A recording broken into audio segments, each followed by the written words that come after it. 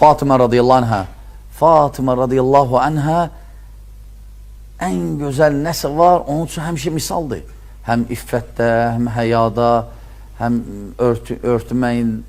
örtülməsində, həm imanda, hər bir şeydə misaldır.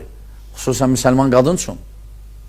Hətta radiyallahu anhə nəyə ki sağlığında dünyasının dəyişməyinə az qalır, deyir ki, məni dəfn eləyəndə, mənim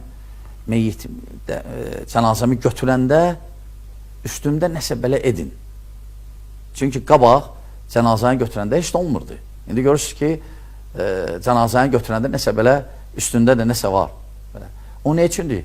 Qadınlarda nəsə əzalar bilinməsin. Fatımədən sonra qaldı.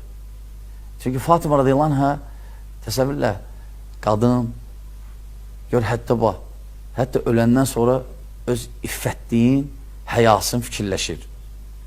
Ona görə dedi ki, mən öləndə mahfəmin üstündə belə bir nəsə edərsiniz yumruyu, hətta övrət yerini bilinməsin.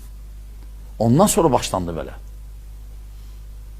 Aydınlı qardaşlar, yəni misaldır Fatıma radiyallahu anhə, Ömər ibn Xattabın qaynanası. Bunu yaddan çıxan heç var.